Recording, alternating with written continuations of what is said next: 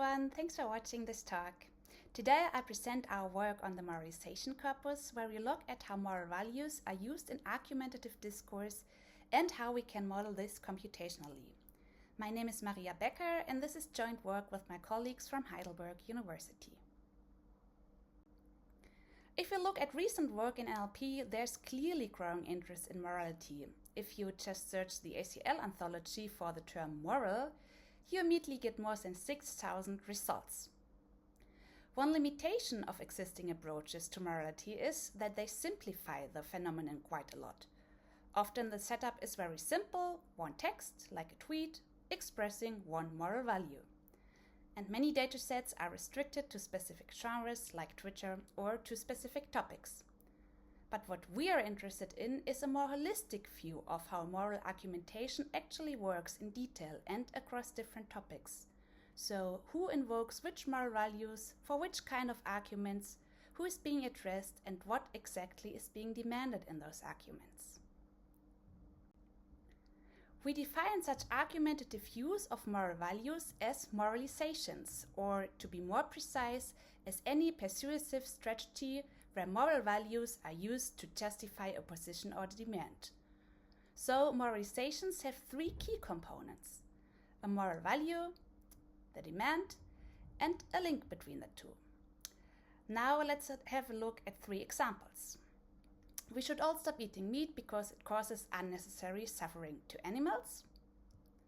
Women still earn less than men, even though equality between men and women is enshrined in the Basic Law. And immigrants are taking jobs from hardworking citizens and undermining our values. What you can see here is that moralizations can take many different forms and occur across a wide range of contexts and political positions. But despite this variation, the underlying mechanism is always the same. A moral value, for example equality or unnecessary suffering, is used to support a demand, which can be explicit, for example, we should all stop eating meat, that's very explicit, or implicit, for example, women still earn less than men, translates to women should earn the same as men, or maybe even more. Now, why does this strategy work so well? Well, because as a society we largely agree on what counts as good or bad.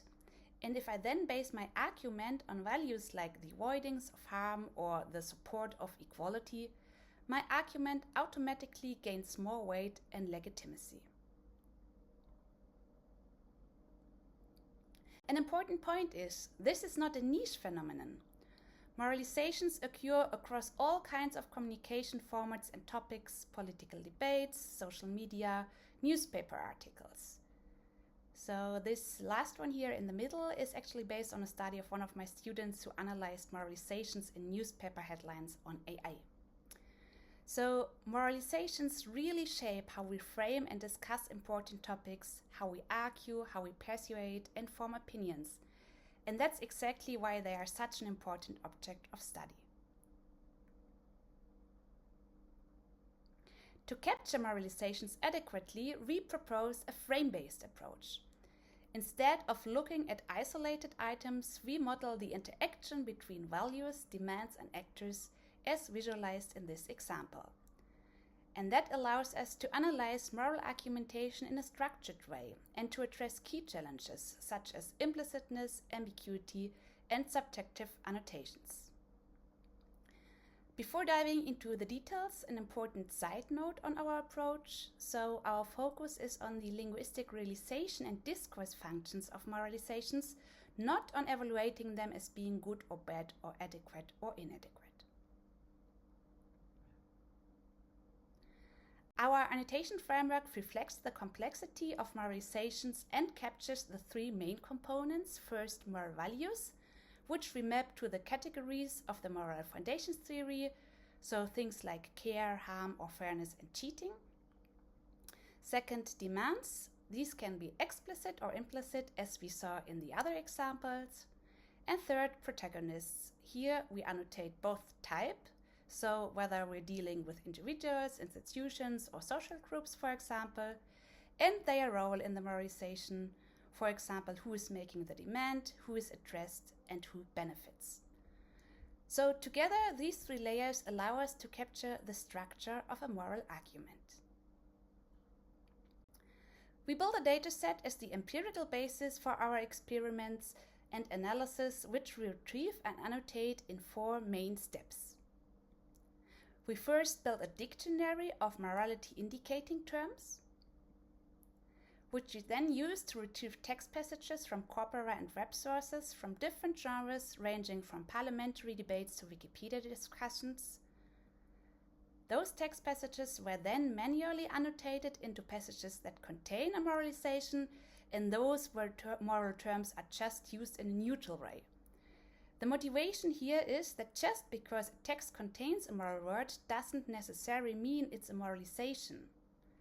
So here, for example, we see 2 text passages, both retrieved with a dictionary entry child poverty, but only the first one is a moralization according to our definition, while the second one just reports about a study on child poverty in a neutral way. Finally, we annotate all identified moralizations according to our frame-based annotation scheme, including moral values, demands, and protagonists. The first 2 steps focused on text retrieval are carried out in 4 languages in parallel, so German, English, French, and Italian, while the annotation, these are the last 2 steps, focuses on German texts.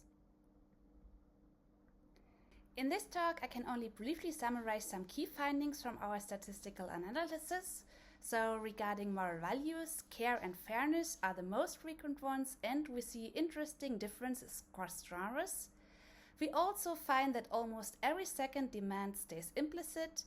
And regarding the protagonists, typically individuals make the claim, institutions are addressed, and social groups benefit, as illustrated with this example from a letter to the editor.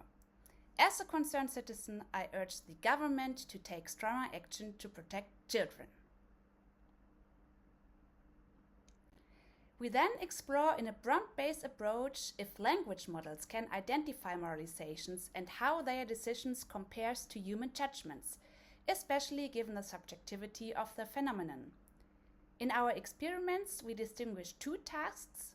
Our main task, identifying moralizations, that's a binary classification task, so given a text passage, does this passage contain a moralization?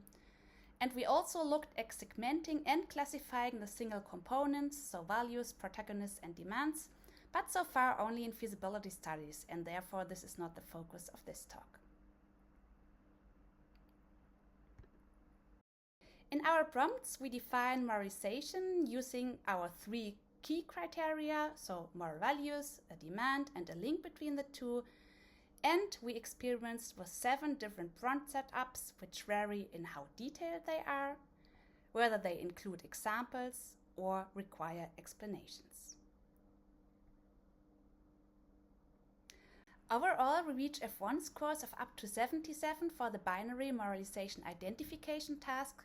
The differences between the models are quite small. What matters most actually is how detailed the prompt formulation is. So the first setup here is a very short and basic prompt without any details, while then other prompts include chain of thought setups and many details. Interestingly, few short and explanation prompting don't show consistent gains.